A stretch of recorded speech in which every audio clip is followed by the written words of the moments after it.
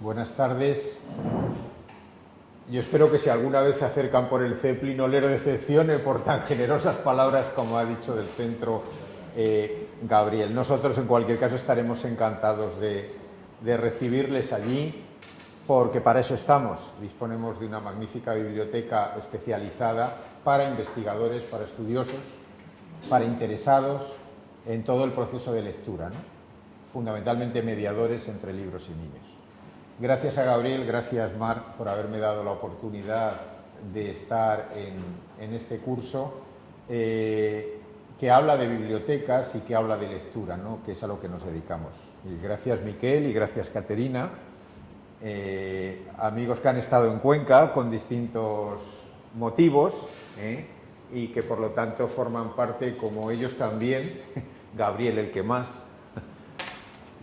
por razones de edad probablemente, aunque también quizá de oficio, también han estado en Cuenca en distintas ocasiones y forman parte de esta familia a la que yo también pertenezco, dedicada al mundo de la lectura y particularmente de la lectura literaria y quizá más particularmente aún al mundo de quienes median entre libros y lectores. Hablando con Mar de cuál sería el mejor asunto para tratar en esta conferencia final de este curso, ella me sugirió que hablara de biblioteca escolar relacionándola con la mediación lectora, y así la llamé.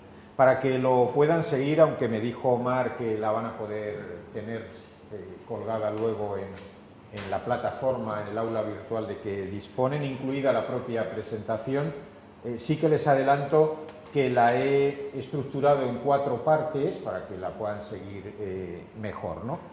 La primera y la última son muy breves, como quizá corresponde al cuento tradicional, aunque ahí son 3, no son 4 las partes, y la segunda y la tercera son a las que más tiempo dedicaré.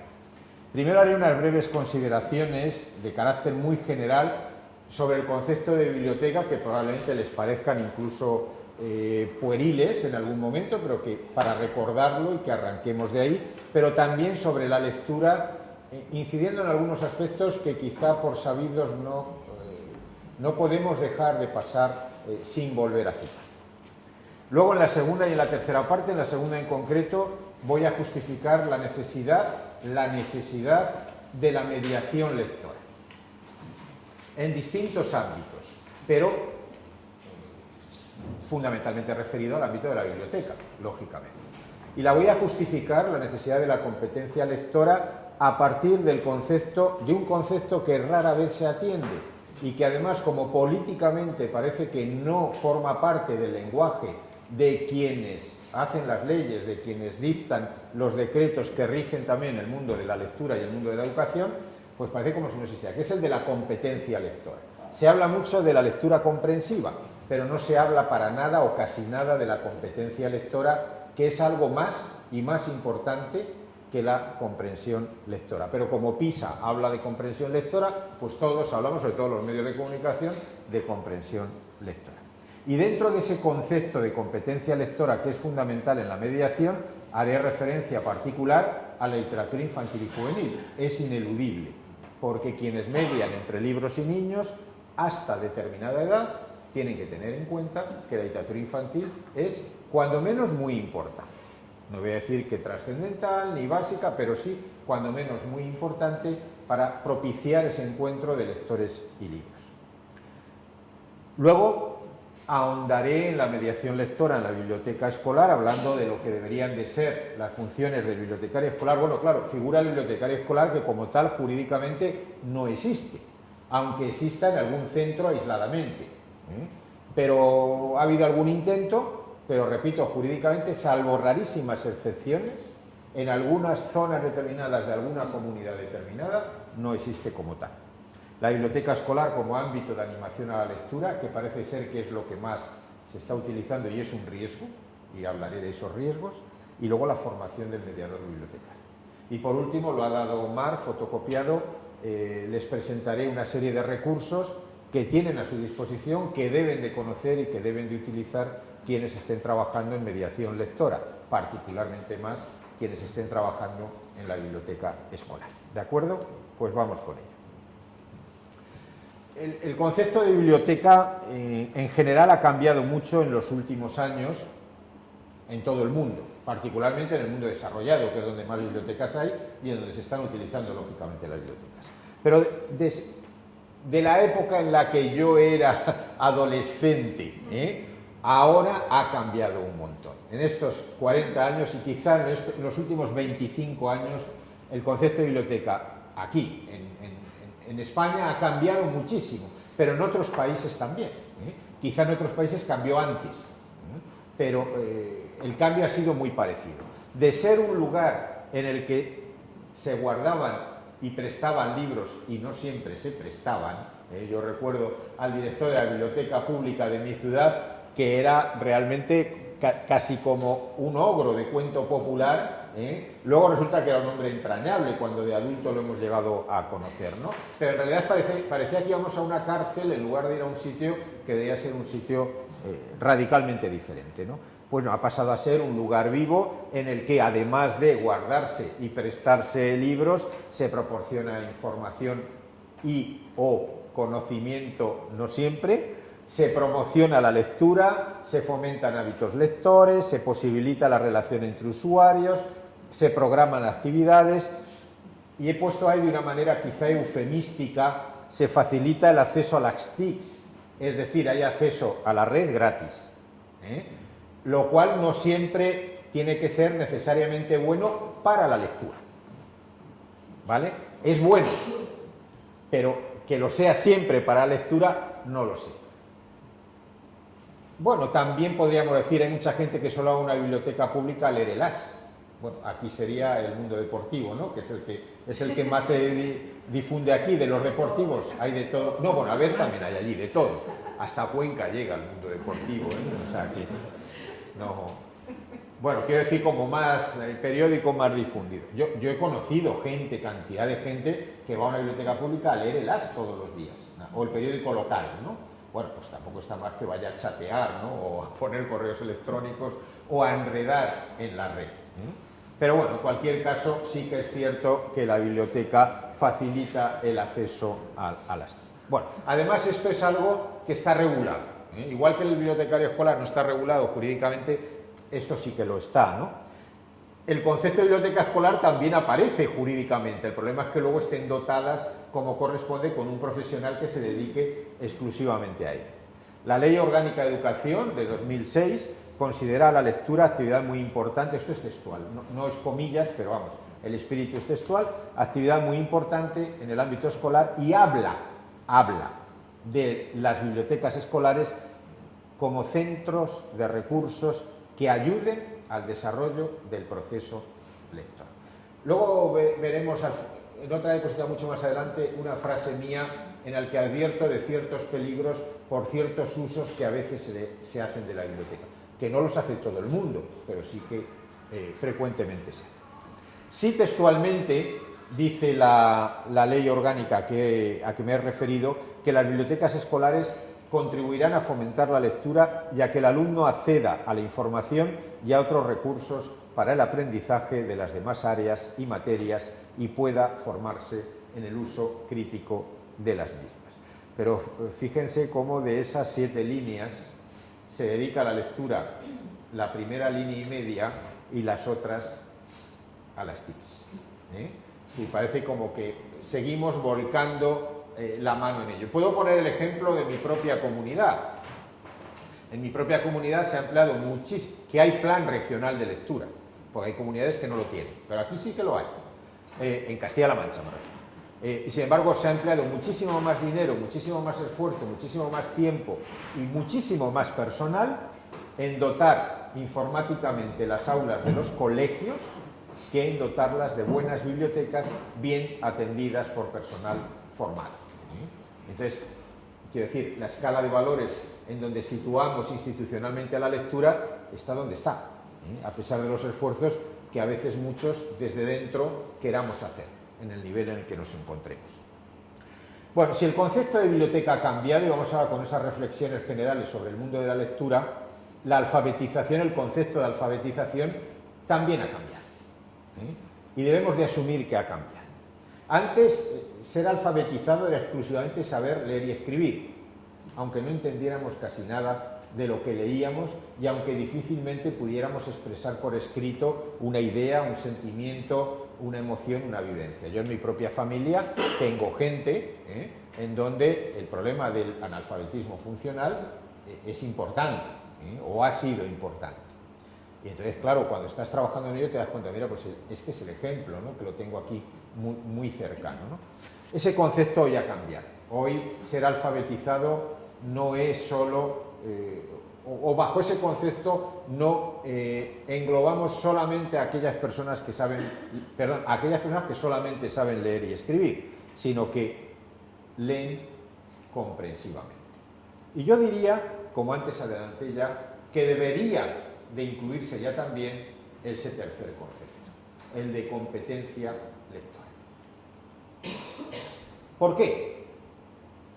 Pues ahí he puesto 3 ideas que están muy al hilo de lo que sería el mundo de la lectura hoy y que solamente se cumplirán si quien las lleva a cabo es un lector competente. Es decir, capaz de leer, entender, discriminar y enjuiciar distintos tipos de textos, escritos en distintos o leídos en distintos soportes. Ahí lo he puesto, ¿no? Lector será quien lea libremente diversos tipos de textos, y que sea capaz de diferenciar entre un texto informativo, entre un texto de opinión, entre un texto documental, en un texto informativo, literario.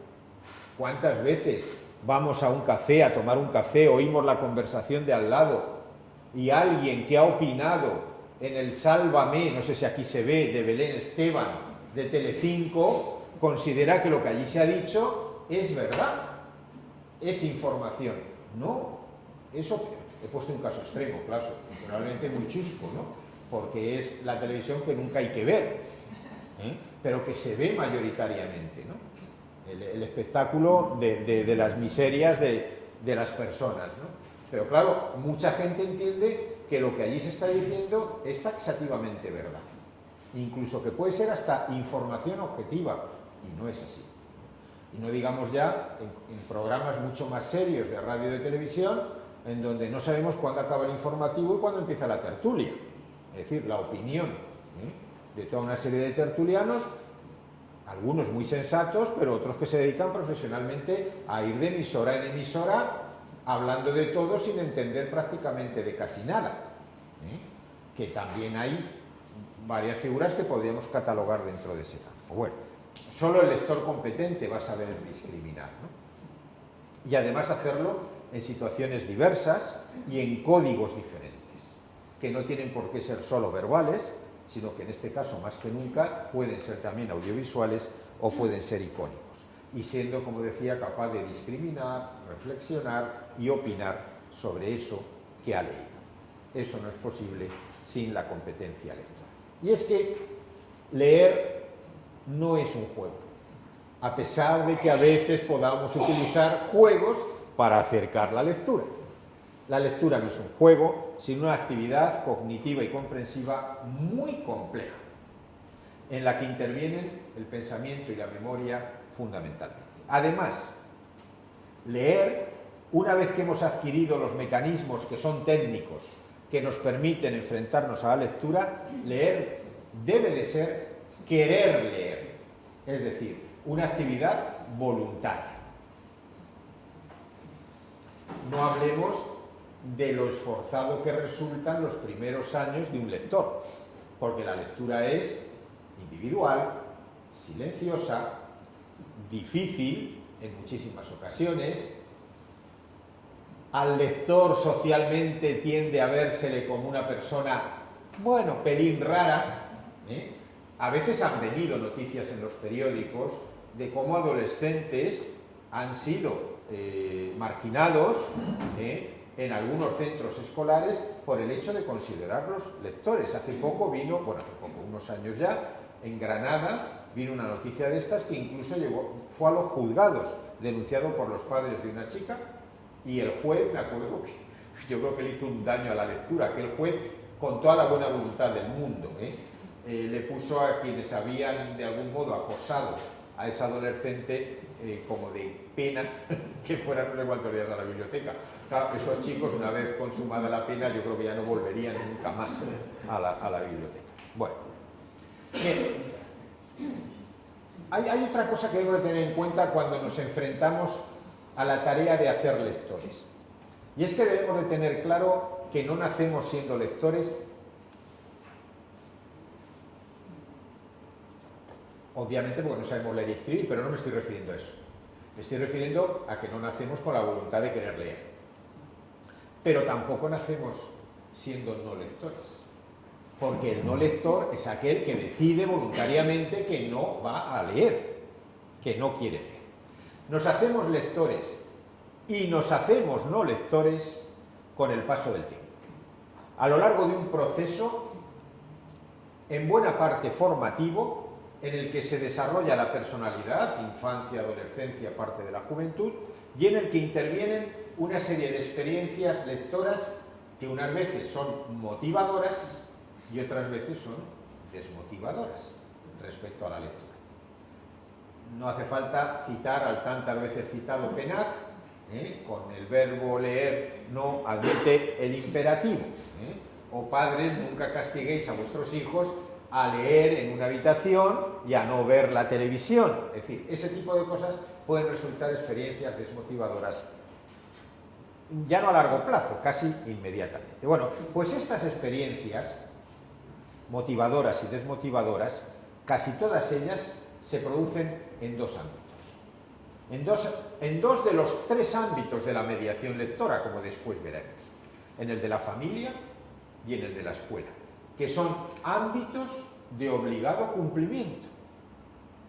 Es decir, nacemos en una familia, nos criamos en una familia, nos formamos, entre comillas, los primeros años antes de acceder a la escuela en una familia y accedemos obligatoriamente durante X años a una escuela en donde se nos forma, diríamos, regladamente, institucionalmente.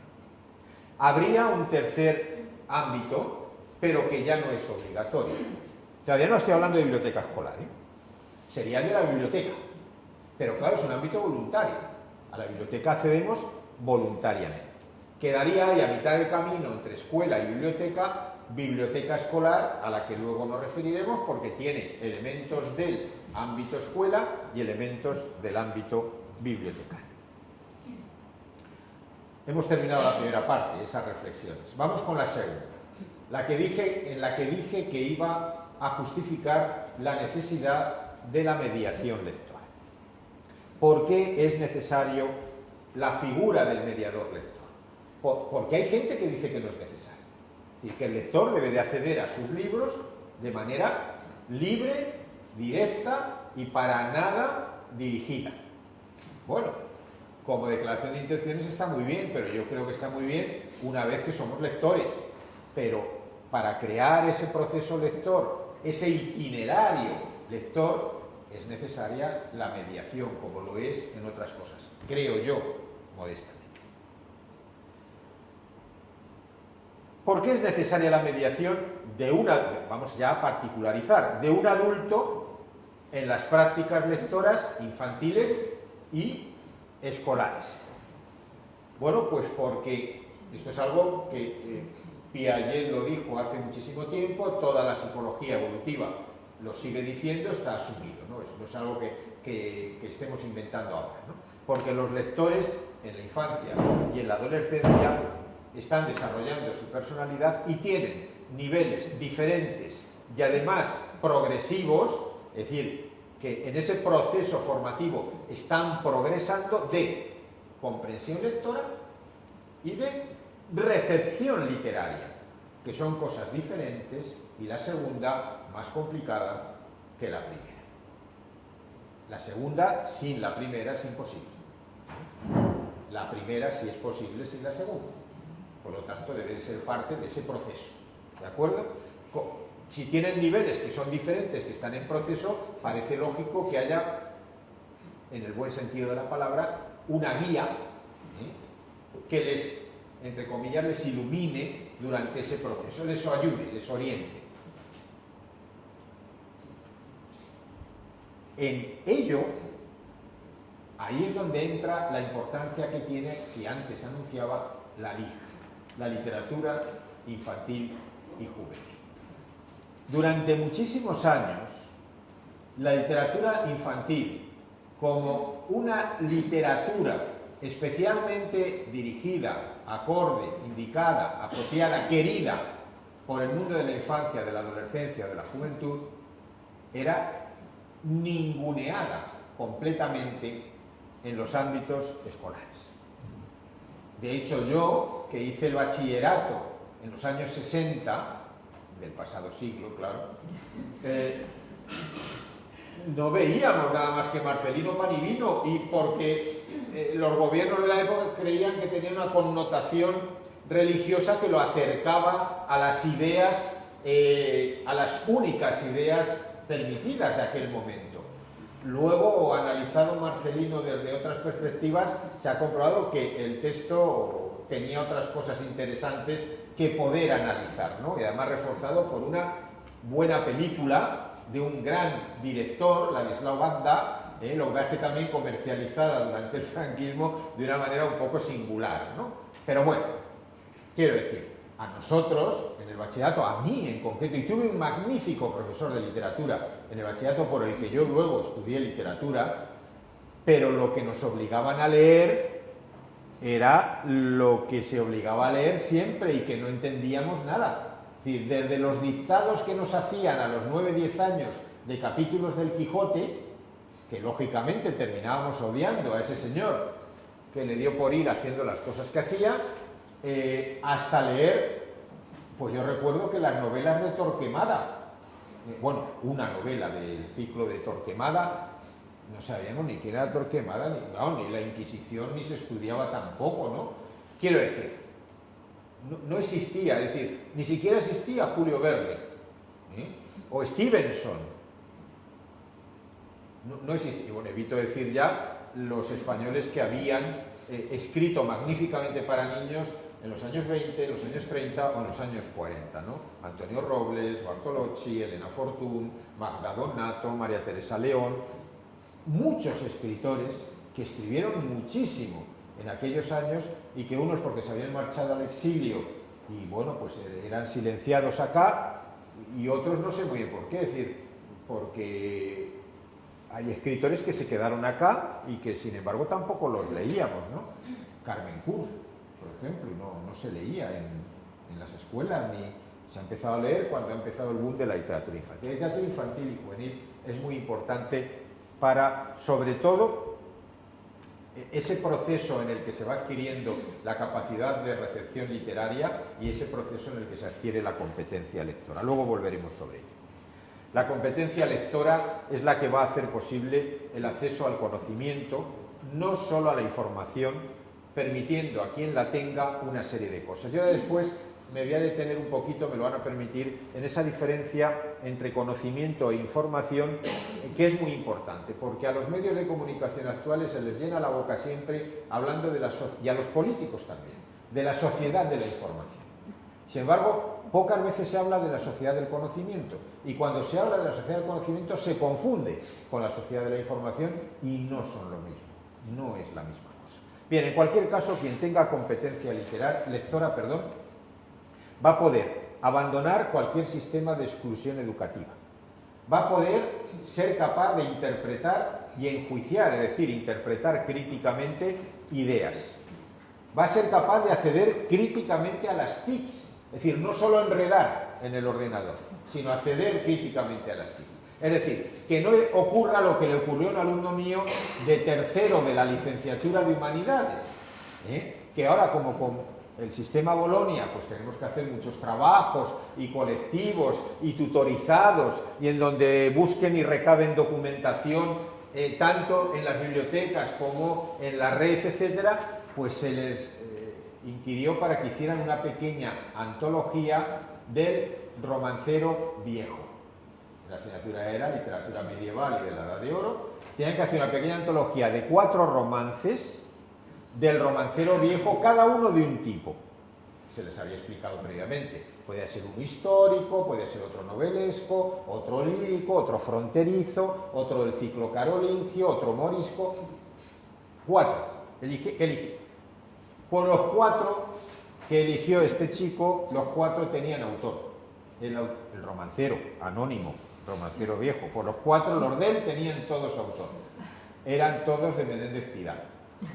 Claro, él se había metido en Google, había puesto romancero viejo y le había salido, pues, le habrían salido infinidad de páginas que serían La flor nueva de Romancer viejo de Menéndez Pidal, publicada por Austral en el 68. Claro, Menéndez Pidal, el gran estudioso de la literatura tradicional española, pues aparece el gran recolector con toda su escuela, con todo su grupo, con todo su equipo, recolectando romances por todo el territorio. Claro, este chico era un lector absolutamente incompetente. Bueno, era incompetente como lector, como universitario, como todo. Porque, claro, ni siquiera ser capaz de diferenciar, porque lo ponía, es que lo ponía, que era recopilador o que era compilador, pero claro, sí, seguro que la palabra compilador no sabía lo que significaba, estoy absolutamente convencido. Bueno, en cualquiera de los casos que también nos va a servir la competencia lectora, aunque parezca una tontería para las nuevas tecnologías. Y que no se nos olvide, esta mañana en el avión venía leyendo un artículo que publicó ya en el año 2000 José Antonio Millán, sobre sociedad de la información. Y decía que no nos equivoquemos, pero que ahora mismo el trabajo que hacemos en Internet, todo lo que es la labor de documentación, de clasificación, de indizar, bueno, hacer índices con todos los documentos en la red, todo eso no sería posible sin el desarrollo de la lectura. Es decir, no es lo mismo quienes leían manuscritos que quienes leen a partir de la invención de la imprenta. Los manuscritos había que leer todas las palabras seguidas. No es lo mismo quienes leían por el oído, del oído al pensamiento, la literatura oral, que quienes ya leían silenciosamente por escrito. El desarrollo de la edición de la letra impresa ha sido fundamental para las nuevas tecnologías. Los nuevos tipos de papel, el color en el que se imprime, las técnicas tipográficas, las técnicas de impresión, las cajas del libro que respire, dejar espacios para anotaciones, los sangrados, las justificaciones, todo ese tipo de cosas son fundamentales para algo que está empezando ahora, pero que va a ser fundamental, que es la edición electrónica. La edición electrónica no es hacer un PDF de un libro, no. La edición electrónica es hacer un libro electrónico. Es decir, en el que yo, si solo me interesa el índice y el primer capítulo, yo voy a comprar el índice y el primer capítulo, porque es el único que me interesa. Eso ahora existe, pero solamente existe para la literatura más científica y las tesis doctorales, ¿no? Pero ya está empezando, ya empieza a haber portales en donde se empiezan a poder descargar este tipo de ediciones, que no son los libros que te descargas en el libro, en el ebook, que tiene mi mujer y que le encanta tanto y que por las noches a mí me desvela, porque cada vez que pasa página hace clic. Bueno, este tipo de... y que yo soy incapaz de leer, yo sigo leyendo en libros, por supuesto uso muchísimo internet para un montón de cosas, pero yo soy incapaz de leer una novela en una pantalla. Yo respeto al que la lee, pero yo no, por ahora. Bueno, y también compartir emociones, sentimientos con personas de diferentes culturas o de diferentes territorios. Lo que les decía, sociedad de la información, sociedad del conocimiento. No es lo mismo información que conocimiento, por varias razones. Ahí he intentado explicar básicamente por qué. La información es algo externo, rápidamente acumulable, ahí está Internet, para demostrarlo, pero que es nada si no la asimilamos, la procesamos y la enjuiciamos, o somos capaces de hacerlo, ¿no? Y eso no se puede hacer sin competencia lectora. Estamos efectivamente en la sociedad de la información, pero yo creo que desgraciadamente no estamos en la sociedad del conocimiento todavía, porque el conocimiento, que es algo interno, estructurado, es algo que se relaciona con el entendimiento y con la inteligencia, que no se puede acumular, sino que crece lentamente y que además puede conducir a la ciencia, mientras que la información no necesariamente. ¿De acuerdo? Entonces esto sí que es importante que un mediador en lectura sepa tenerlo en cuenta. Porque claro, si solamente fomentamos unos tipos de lectura, podemos caer en solo desarrollar lo primero. Tenemos que ir a otros tipos de lecturas, particularmente a la lectura literaria, para que lo otro también pueda ser posible. Vamos con la mediación. Con la mediación lectora, siguiendo en el mismo apartado, la necesidad de la mediación de un adulto que va a actuar como puente o enlace entre libros y lectores, propiciando, facilitando, o las dos cosas, el diálogo, ahí tendría que ir entre comillas, el diálogo entre ambos, entre libros y lectores, e interviniendo de algún modo, aunque sea de manera indirecta, en el proceso de adquisición de la competencia lectora. ¿Pero por qué? ¿Por qué es necesaria esa mediación? Ya no solo porque en el desarrollo de las personas, de acuerdo a las teorías piagetianas, como antes decía, los niveles de comprensión y de recepción son diferentes, por ese desarrollo de la personalidad. ¿Por qué más? Pues vamos a verlo con estos esquemas que están hechos a partir de un trabajo de nuestra colega en la Universidad de Valencia, Gemma Lluch, que es la que primero trabajó aquí, bueno, publicó aquí en España ya a finales de los años 90, en el 98, ese libro, que yo creo que era parte de su tesis, si no recuerdo mal, el lector modelo en la narrativa para niños y para jóvenes, y que además luego ha desarrollado modelos de narrativas, bueno, ha estudiado modelos de narrativas para chicos y jóvenes maravillosamente bien, es una referencia bibliográfica obligada. Bueno, pues basándome en el estudio de Gemma Lluch acerca de los elementos que intervienen en la comunicación literaria, aquí nos va a poder un poco, es decir, lo hago como justificación a ese porqué, ¿de acuerdo? Bueno, elementos que intervienen en la comunicación literaria, estoy hablando editorial, es decir, no estoy hablando de los elementos de la comunicación de Jacobson, que se utilizan al principio, que se estudian al principio del bachillerato, cómo se produce la comunicación, el emisor, el destinatario, sí, partiendo de ahí, pero vamos a ver cómo se produce la comunicación literaria en el mundo de la edición de libros. Vamos a verlo primero en las obras literarias generales y luego vamos a verlo en las obras literarias infantiles, para ver que no es igual y que por lo tanto ahí ya tenemos la primera justificación, la primera necesidad de esa labor mediadora. Bien, en las obras literarias generales el proceso de comunicación es muy elemental. Un emisor, un autor, crea su texto y lo propone o se le pide, un editor se lo pide a un editor. El editor lo edita, lo distribuye, llega a las librerías, a los puntos de venta, se vende y llega al receptor, que es el lector. Es así de sencillo. Así es como todos los que estamos aquí normalmente participamos de ese proceso. Unos como autores, otros como receptores. Y en el proceso pueden intervenir unos agentes de transformación que en el mundo de la literatura no tienen la importancia que tienen en el mundo, por ejemplo, del fútbol. Llevamos vendiendo al Kun Agüero, y es que yo soy del Atlético de Madrid, para mi desgracia, llevamos vendiendo al Kun Agüero mes y medio y no lo conseguimos empaquetar por 45 millones, vamos, ni para adelante ni para atrás. Todos los días es la portada de las... Todos los días. Claro, aquí el agente de transformación, es decir, el agente que está influyendo en quienes intervengan es muy importante.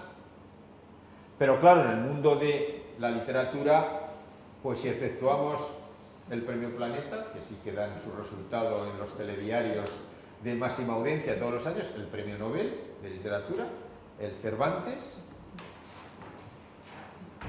no sé si me queda alguno más, la muerte de algún escritor muy celebrado, tipo Delibes, el que murió el año pasado, ¿perdón? nadie. No, y que me refiero el eco en los medios de comunicación, ¿no? Salvo eso, lo demás, muy poquito, ¿no? La crítica, pues yo leo El País, pero tengo que ser muy crítico con Babelia, porque, bueno, pues somos críticos casi de nosotros mismos en muchas ocasiones. Sí, hay algo de crítica, pero su influencia capaz de transformar un proceso, hombre, a veces ocurre, ¿no? Ocurrió con Harry Potter. ¿Pero por qué? Porque se metió Coca-Cola. No sé si lo conocéis, pero Harry Potter triunfa relativamente cuando sale el primer libro. En español, cuando se traduce al castellano, pues no triunfa el primer libro, es decir, sí, empieza el boca a boca, lo publica MC, no Salamandra, MC Buenos Aires, es el que lo publica en castellano y lo difunde, y era dificilísimo encontrarlo acá. Yo recuerdo, a mí me hablaron del fenómeno Harry Potter, que había un libro que había salido de un chico mago que estaba en Inglaterra leyéndose un montón, y empecé a buscarlo en Madrid. Y al final me dijeron, sí, hay una librería en la calle Díaz Porlier que es un semisótano y allí lo tienen. Allí fui, lo compré y tengo la primera edición en castellano en MC. Y fijaros cómo sería que MC vendió los derechos a Salamandra. Es decir, lo que pudo haber sido la solución para toda su vida, se la entregó regalada prácticamente a Salamandra, que se ha hecho de oro. En ese, al poco, empieza una campaña de merchandising muy importante en Estados Unidos para promocionar Harry Potter con Coca-Cola por medio, en el que se empezaron a hacer toda una serie de productos que comercializa Coca-Cola. Entonces, no quiero decir que Harry Potter sea importante por Coca-Cola, no me entendáis mal, no, pero sí que es cierto que ahí sí que hubo un momento en el que un agente de transformación que se implica, influye. Probablemente Harry Potter hubiera sido un fenómeno de todas las maneras, de carácter editorial, de carácter lector, etc. Pero sí que es cierto que eso influyó de alguna manera. Y publicidad poca. ¿Cuánta publicidad de libros se hace? Y de libro infantil, pues alguna vez ha salido en verano alguna de Santillana o de SM para los niños que han suspendido de libro de verano, con lo cual tampoco estamos haciendo ningún favor a la lectura. Bueno. Pero esto no es lo mismo en el caso del mundo editorial infantil. Y bueno, aquí tenemos dos autores que han escrito y publicado bastante para chicos, y no sé si ellos lo habrán vivido de la misma manera, pero lo que es cierto es que el proceso no es el mismo. El autor efectivamente propone un texto a un editor, pero aquí con mucha más frecuencia un editor pide a un autor textos. Claro, el que, oye, quiero que, a ver cuándo me das una novela, pues eso es muy lícito y eso está muy bien. El problema es cuando el editor dice, ¿por qué no me haces una serie de cuentos que hablen de pájaros? Esto es textual, ¿eh? O sea, no me lo estoy inventando. Esto es cierto. Es decir, ha habido editoriales que han encargado, y a veces a buenos autores que han escrito buenos textos. Pero esto es algo que a veces ha ocurrido. ¿Por qué ocurre? Pues por la escolarización de la lectura infantil.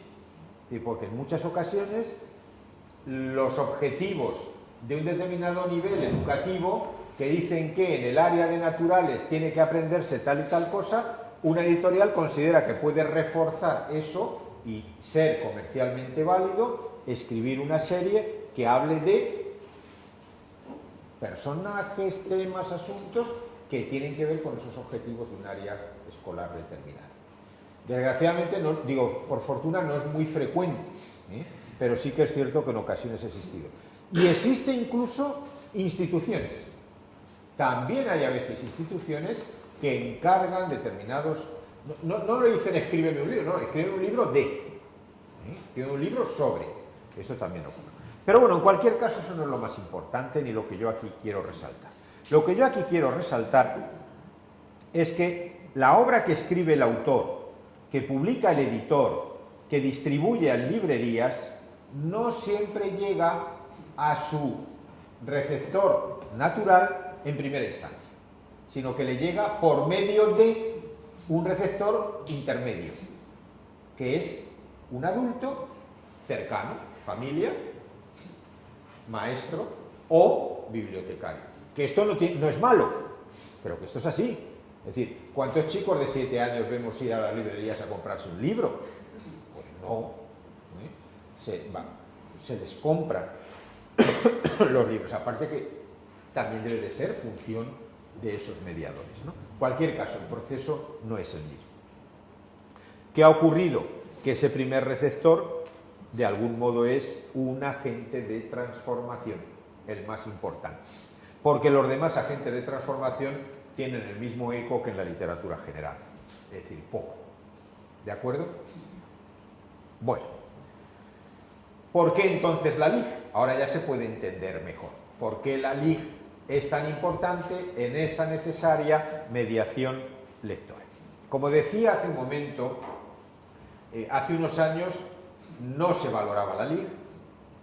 Ha empezado a valorarse, curiosamente, a partir de que ha sido un fenómeno editorial.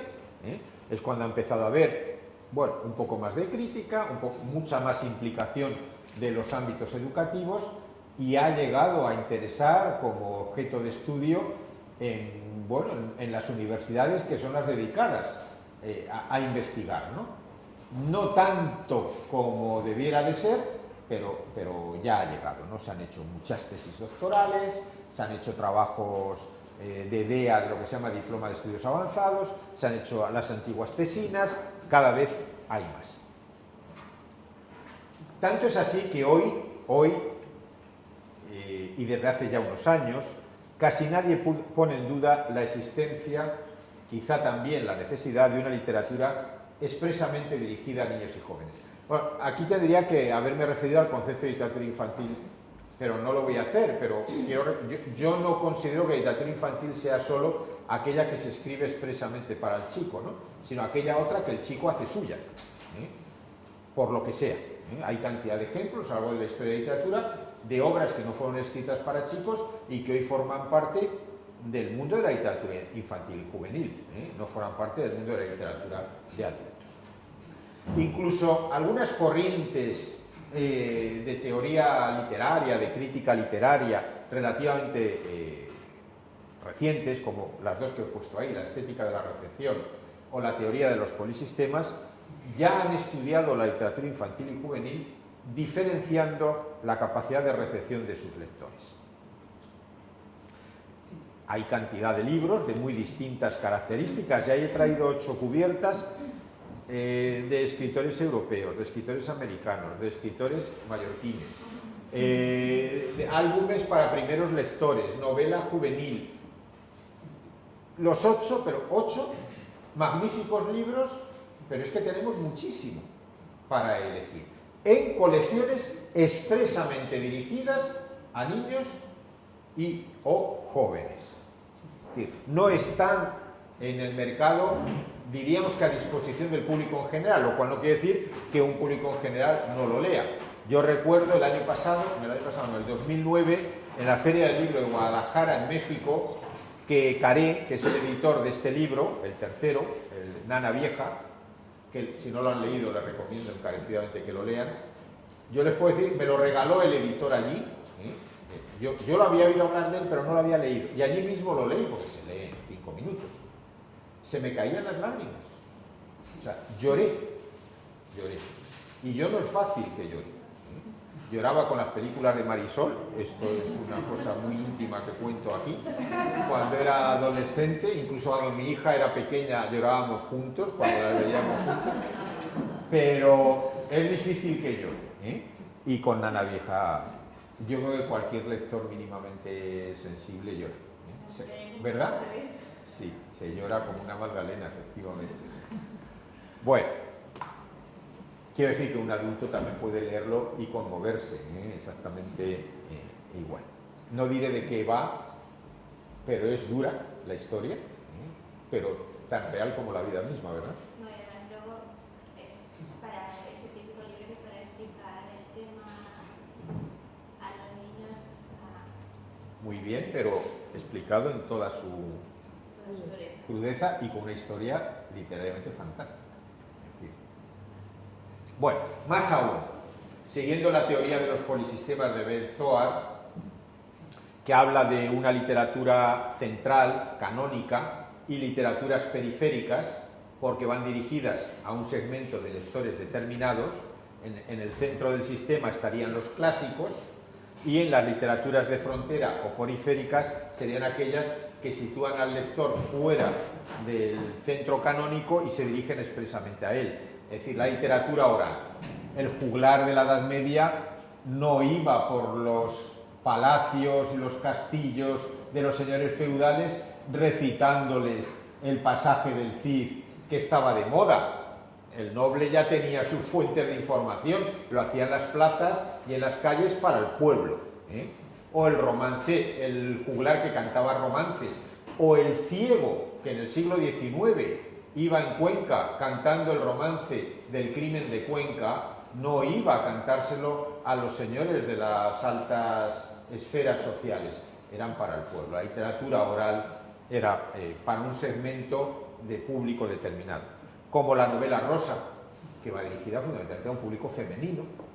La novela del oeste, que hoy ya no sé si está, yo creo que ya no está de moda, pero cuando yo era adolescente yo devoraba novelas del oeste, que era siempre la misma novela, ¿eh? La misma. Era Joe, en la siguiente era Billy, Montana o Nevada, caballo tordo, caballo blanco, el col derecha, el col a la izquierda, el forajido venía de Luisiana o de Louisville.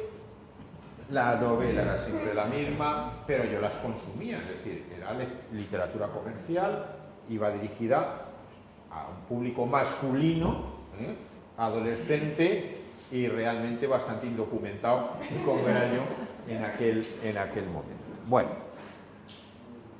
la Ligue, de algún modo, es una literatura periférica, siempre que se escriba pensando en un público diferenciado por la edad. Y esto no es malo ni es bueno.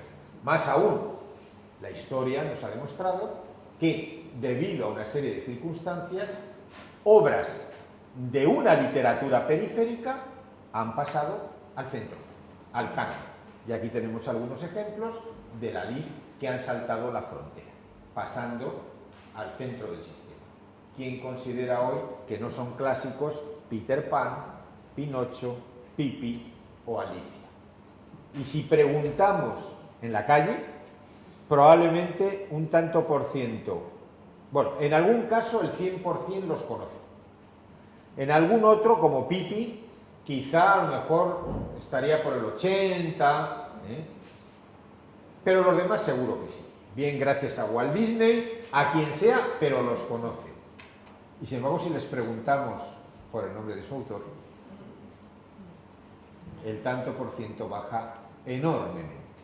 Claro, han trascendido por los personajes, por la riqueza también de la obra literaria en sí misma, porque a fin de cuentas son obras literarias con vida propia, incluso al margen de sus autores. Pasado un tiempo, claro. Pero claro, no se nos puede olvidar que son obras de sus autores. Y no podemos olvidar que Astrid Lindgren, la creadora de Pipi, fue una escritora perseguida en aquellos años en su Suecia natal por los pedagogos del momento, porque entendieron que Pipi mezclaba las fronteras de la realidad y de la fantasía. Así fue. Y en España fue silenciada, pues la primera edición de Pipi se hace en el año 61 por Editorial Juventud, es decir, 16 años después de que se publicara. No se publicó. Y además pasó desapercibida. Solamente tiene trascendencia cuando se hace el primer pase de la serie de televisión, que fue ya muy tarde, en el año 70, en los últimos años del franquismo. Y hubo una polémica brutal en la prensa, sobre todo encabezada por el diario Ya, que era el diario de la Iglesia Católica en aquel momento, y ya no existe. Y solo Montserrat Sarto, que murió el año pasado, defendió desde el propio periódico, porque ella era la que hacía las reseñas que salían de libros infantiles en el Ya, y tuvo el valor de defender a Pipi frente a todas las cartas de abogados prestigiosísimos, pedagogos, bueno, padres de familia que mandaban cartas diciendo lo perniciosa que era Pipi para sus hijos o para sus discípulos. Bueno, fue tremendo. Hicimos una investigación de todo eso en el CEPI que publicamos hace no mucho, un artículo, no daba para más, y fue muy enriquecedor estudiar esto. Bueno, vamos con la tercera parte, la mediación lectora en la biblioteca escolar.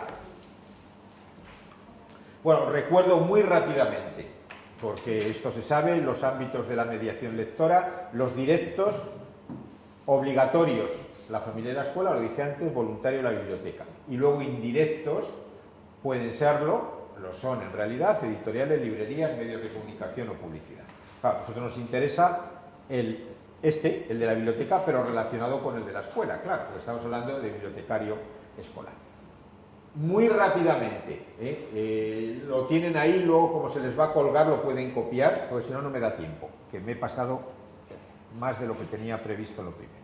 Bueno, ahí tienen la familia, que es el entorno más inmediato en el que transcurren los primeros años de la vida de una persona, el lugar idóneo para el descubrimiento de la palabra oral, el ámbito en que alguien nos enseña en cierto momento que los libros están llenos de palabras, pero no es el ámbito en el que se aprendan las palabras escritas. La lectura, la escritura se aprende en el siguiente, en la escuela.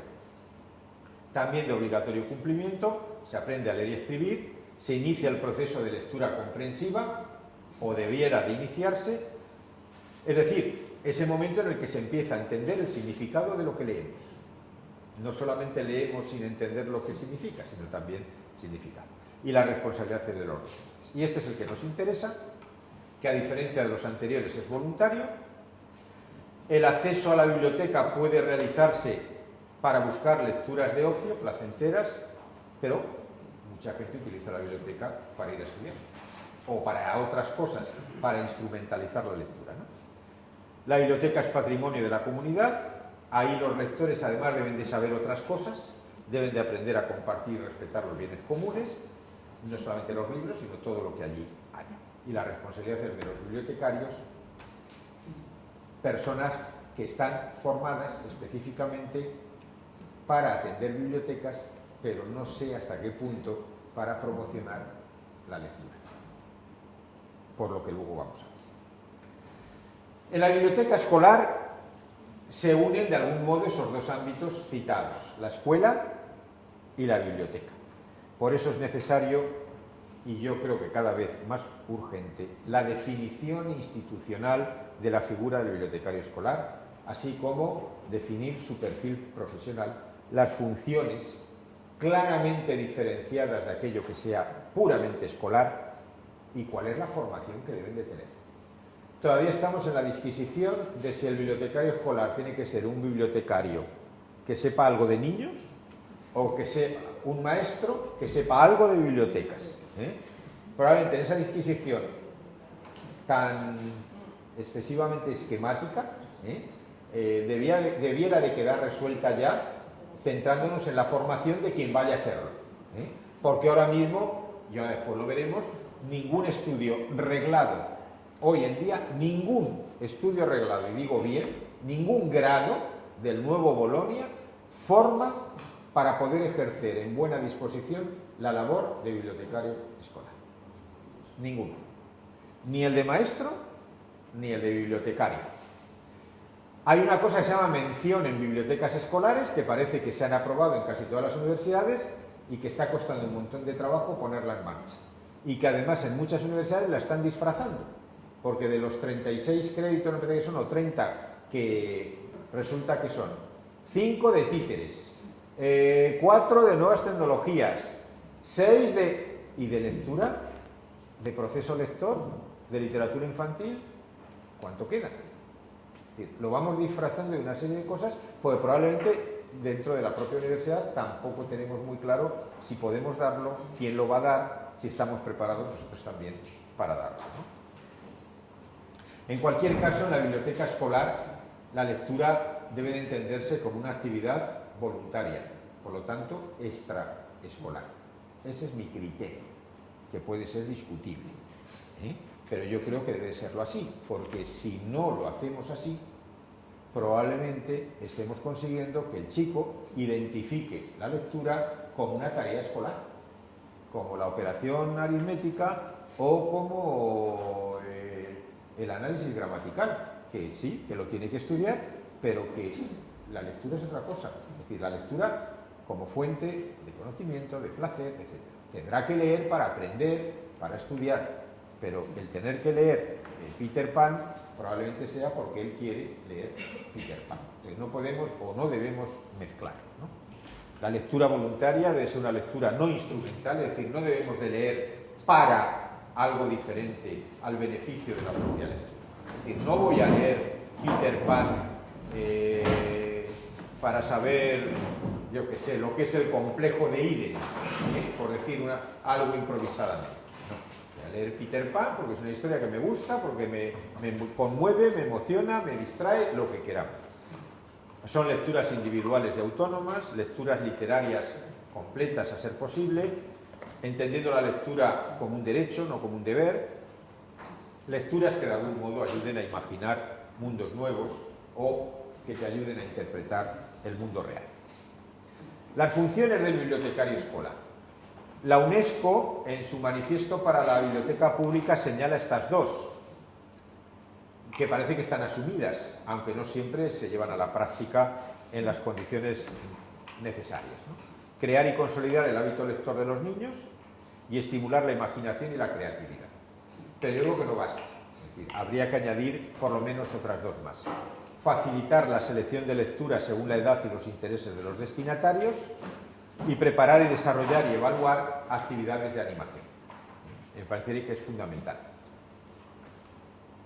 Bien, la mediación lectora, voy a centrarme en dos aspectos. La mediación lectora exige hoy el uso de estrategias, instrumentos y recursos que tengan sólidas bases metodológicas. Si no, es imposible. Y esto tiene que ver con la animación lectora, que hoy es cuestionada por lo que ahora después veré. Dos de las más importantes funciones que deben de estar sustentadas en bases metodológicas muy firmes serían, primero, la elaboración y puesta en práctica de programas coherentes de promoción y animación lectoras. Hay cantidad de instituciones que lo hacen, ¿eh? Ahí tenemos la CERLAC, el Centro Regional para América Latina y el Caribe, el Banco del Libro Venezolano, en España la Fundación SM, o la Fundación Asociación de Maestros Rosa Sensat, o Fundalectura de Colombia, o el CEDILIC de Argentina, o la Universidad de Paso Fundo y su jornadiña de libros infantiles que celebra cada 2 años en Brasil, o la Fundación Germán Sánchez Ruy Pérez, que es una de las pioneras en el caso de acá. Claro que las hay, ¿eh? El problema es que no siempre todas las instituciones, asociaciones, etcétera, funcionan de una manera coordinada, coherente, programada, como hacen estas funciones. La animación a la lectura necesita hoy una profunda reflexión sobre qué, por qué, para qué y en qué soportes leer. Es fundamental. Hoy cuestionamos muchísimo la animación a la lectura porque en muchas de las actividades de la animación el libro es solo un pretexto para la práctica de otras actividades, muy lúdicas, muy divertidas, que entretienen muchísimo a los niños. Yo he tenido experiencias también, yo también he ido, porque tengo algunos libritos de pequeñas selecciones antológicas de canciones infantiles y también la editorial me ha pedido a veces que vaya. Y yo he ido poco y me ha ocurrido de cada cosa que mejor no cuento, ¿no? Porque lo he pasado incluso mal. Es decir, el maestro se ha largado de allí, no había preparado la animación, me ha dejado, si habíamos quedado que eran 25 alumnos de primero de primaria, me ha dejado con 75, pero de primero a quinto, ¿eh? Con lo cual, si yo llevo preparado algo, ya no me vale. En fin, este tipo de cosas, es decir, que se ve el encuentro con el autor, se vio en esos casos, bueno, pues como una disculpa por parte del maestro para tener una hora más en la cafetería, ¿eh? Y eso tampoco puede ser, el maestro tiene que estar implicado, ¿eh? O el bibliotecario escolar es el que lo organiza, o el bibliotecario, aunque no sea en la escuela. La actividad básica de la animación debe ser formar lectores activos, críticos y competentes. no debe de ser solo un instrumento que proporcione recetas, ¿no?, que se apliquen de manera sistemática. Bien, como decía, esa reflexión hoy es fundamental y en esa reflexión es necesaria la participación de mediadores debidamente formados. Bueno, esto no es necesario, además lo va a tener Mar y por lo tanto se puede fotocopiar y podemos pasar a lo otro. Perdón un momentito. Que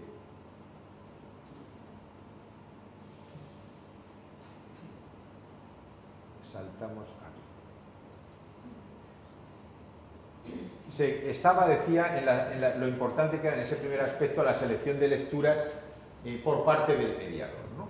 Bueno, esa selección debe de partir siempre de la calidad literaria del texto, teniendo en cuenta las características psicológicas y sociales del lector, el nivel de lectura y de comprensión lectora del destinatario, las variables del contexto en que se establezca relación libro-lector, es decir, las variables del contexto en el que se está produciendo ese hecho, del ámbito social en el que se está desarrollando y las características del libro.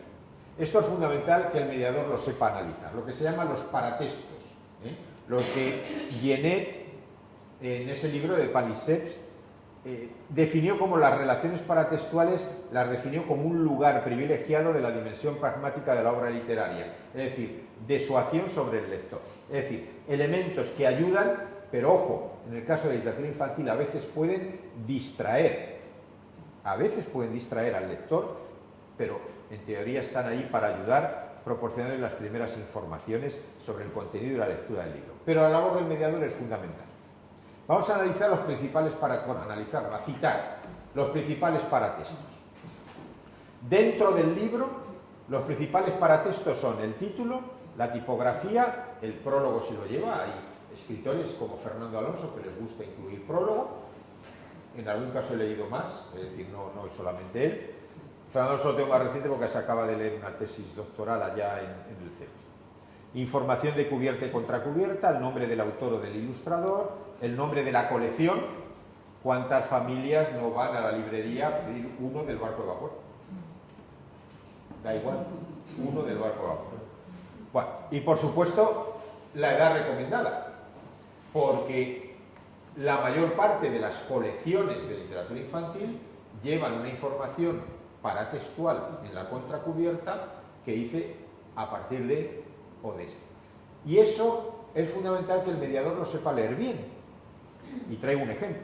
Bueno, estos son los epitextos, los que están fuera del libro, que también incluyen en catálogos, cuadernos de actividades, propaganda, etcétera, la edad de posible lectura, ¿no? A partir de qué edad se puede leer.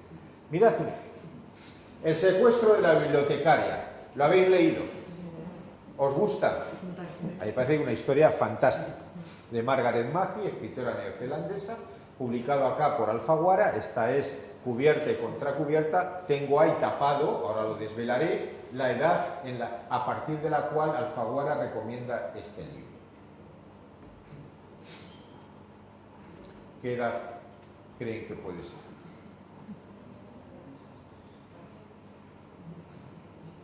No se trata de adivinar, se trata de opinar. De 8, de 10. Pues esto es lo que pone Alfaguara, de 6.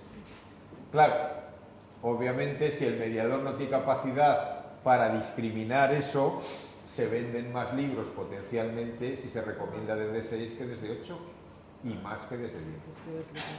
Pero claro, lo sorprendente es que en esta misma colección, bueno, una doble página del interior, ¿por qué el secuestro de la bibliotecaria, un chico de 6 no puede gustarle, no puede interesarse por él? Simplemente la imagen en blanco y negro no ocupa ni el 25% del espacio. La letra es una letra en la que casi ningún método de aprendizaje lector está utilizando.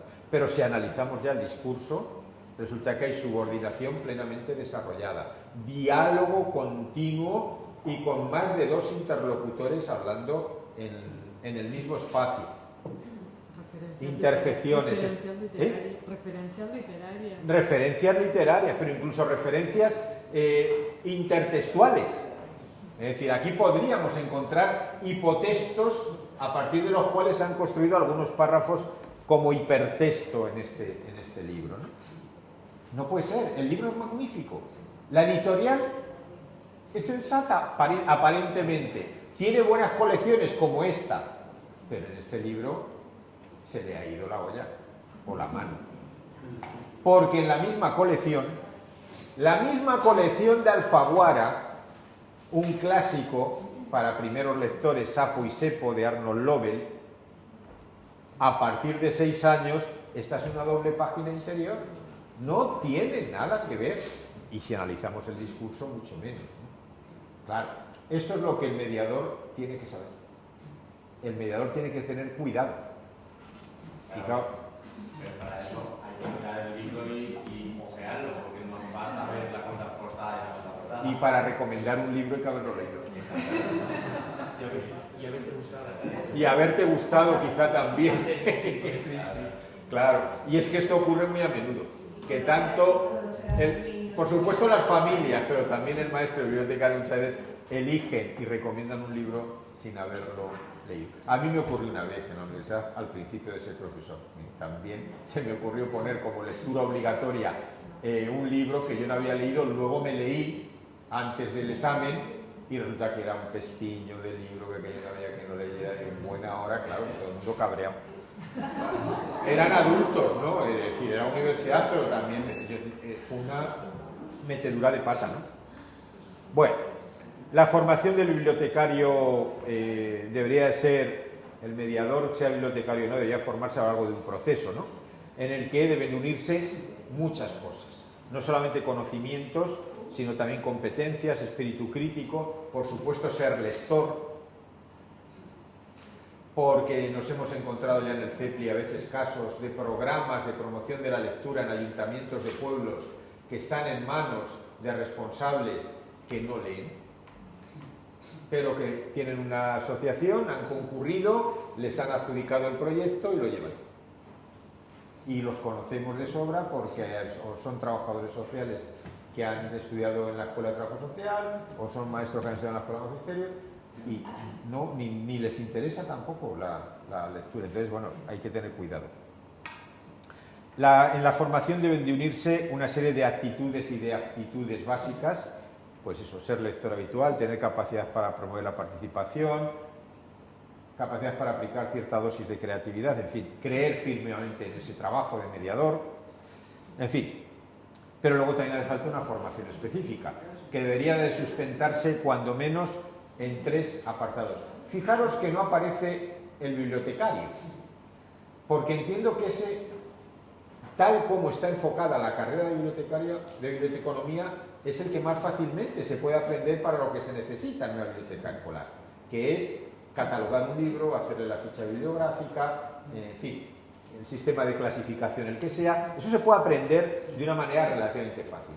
Lo más complejo es tener la formación literaria, la formación didáctica, la formación psicológica, que no se da junta en ninguna carrera, por lo que vais a ver enseguida. Porque serían necesarios conocimientos de didáctica de la literatura, de un cierto canon de lecturas literarias, es decir, de un lector con un bagaje lector importante, al margen de las lecturas del currículo. Conocimientos sobre el IG y sus mecanismos editoriales, sobre la contextualización histórica de la literatura infantil y juvenil. Aquí no me da tiempo a poner ningún ejemplo, pero si pusiéramos el de Caperucita, que Gabriel sabe mucho, simplemente poner el ejemplo de Perrault y de los Grimm, claro, como el maestro del bibliotecario no conozca cuál es la versión de cada uno y le lleve al chico pequeño la de Perrault, habrá hecho del pan unas tortas, que se dice en Castilla. Pues claro, acabar Caperucita con una advertencia en la que dice, y ojo, jovencitas, que la corte está llena de lobos libidinosos que lo único que quieren es acostarse con vosotros. Eso es lo que dice Perrault. No que se coma a la abuela el lobo y a Caperucita y luego llegue el leñador, le llene la barriga, le abra y los rescate, ¿no? Que en Perrault pican billete y pican billete, o sea, que no vuelven a nacer, como en los Grimm. Bueno, a eso me refiero, ¿no? Y como eso hay cantidad de cosas. La evolución psicológica del individuo en su relación con la lectura, el proceso lector, las habilidades que facilitan la lectura, que es algo que no se estudia en ninguna carrera del mundo, creo. La teoría y la práctica de técnicas y estrategias de animación lectora. Y vamos con la última parte, que lo tenéis fotocopiado, pero aquí tenéis, que por la vista parece que llega más, Hay cantidad de recursos, es decir, que no todo tiene que ser lamentación, ¿eh? Hay cosas muy positivas. Hay magníficas colecciones editoriales a las que poder recurrir y donde vamos a encontrar cantidad de buenos libros. Para todas las edades. Creo que no he repetido ninguna colección en estos 3, 5, 7, 9, más la etiqueta de otra editorial.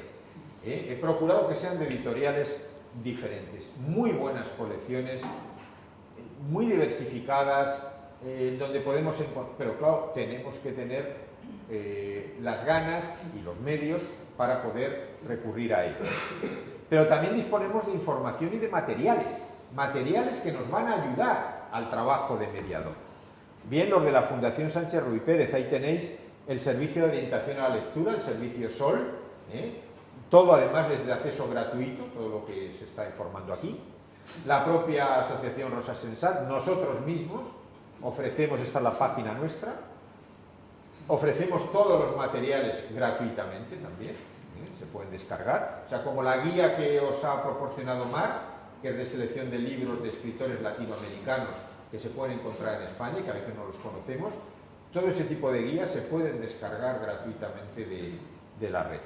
O Fundalectura de Colombia, o la IRSCL, que es la Internacional de Investigadores en Literatura Infantil y Juvenil, o el IBI. Bueno, probablemente el IBI sea la organización más institucionalmente correcta en este sentido, entendiendo como correcto algo no muy bueno. ANILIB, que es la Asociación Española de Investigadores en Literatura Infantil, la red LIGMI, de literaturas infantiles en las 5 lenguas del marco ibérico, castellano, catalán, gallego, euskera y portugués. Bueno, pues ahí tenéis toda una serie de información, de materiales a los que poder recurrir. Pero es que incluso la Cervantes Virtual, esa macro biblioteca, tiene bibliotecas específicas de autor o de temas. Ahí he puesto algunas encabezadas por la que se le hizo a Gabriel. Pero bueno, hay muchísimas todavía, hay unas cuantas más, y también incluso hay algunas temáticas. El grupo que llevamos Ramón Llorens y yo, y en el que últimamente se incorporará, no sé si ya viniste a la última, Caterina, no me acuerdo, de literaturas populares, bueno, también tiene un espacio propio ahí en donde se pueden descargar libros, se pueden descargar artículos publicados en distintos países, es decir, información continua, ¿no? Formación. Bueno, pues aquí habéis tenido este curso de experto, pero hay másters, como el de la Universidad Autónoma de Barcelona o el de la nuestra. Ya no sé si existe el de la Alcalá, creo que no, que ya no existe. Y luego hay diplomas, expertos y otros posgrados como este, como el que dirige Gemayuc en Valencia o como el que dirige Rosa Tabernero en la Universidad de Zaragoza. De aspectos relacionados no necesariamente con bibliotecas, pero sí con lectura, literatura infantil y juvenil, etc. Hay revistas, desgraciadamente OE no se está editando ahora porque era un lujazo de revista, pero bueno, hay otras, tampoco el panorama es muy grande, revistas dedicadas al mundo de la lectura o la literatura infantil, CLIC, Peonza, en fin, Hojas de Lectura en Colombia, Lazarillo, Educación y Biblioteca, en fin, unas cuantas. Imaginaria, que es una revista electrónica de Argentina. Hay colecciones de investigación, anuarios, bueno, en varios países. Ahí tenéis uno brasileño, este es colombiano, no sé si es colombiano o venezolano, no, este de la Fundación Sánchez Ruy Pérez, este es el colombiano. Bueno, para terminar, el mediador, sea bibliotecario o sea docente, debe asumir que hoy a la lectura literaria, la que tiene en el libro su soporte esencial, le acompañan otras lecturas, electrónicas, icónicas, mediáticas, para las que la primera es muy importante, ¿no? Pero todas ellas son lecturas que, a diferencia de la primera, de la literaria, son más asequibles porque no necesitan el recorrido de un camino previo, que es largo, voluntario, esforzado, en ocasiones muy difícil, pero que son enormemente atractivas para niños y adolescentes. Pues el mediador eso debe saber también compaginarlo, ¿no? Solo el lector competente, con capacidad para discriminar, reflexionar y opinar sobre lo leído, podrá acceder a todos los tipos de lectura en las mejores condiciones, para que no ocurra lo que decía Forges en ese chiste. Le tenemos que agradecer mucho a Forges la cantidad de chistes dedicadas al mundo del libro, de la lectura y de los lectores, poniéndose siempre también se os habéis dado cuenta, ese es un caso raro en el que quien lee es hombre, siempre es mujer, sobre todo si lee libros, en este caso lee periódicos. Bueno, en cualquiera de los casos, para lograrlo, siempre, pero sobre todo en las primeras edades, la biblioteca escolar, el bibliotecario escolar debería, y digo debería porque ahora mismo no lo es, debería de ser muy importante, de modo de que nos puedan ayudar a salvarnos, como dice Forges, de la riada de la estupidez.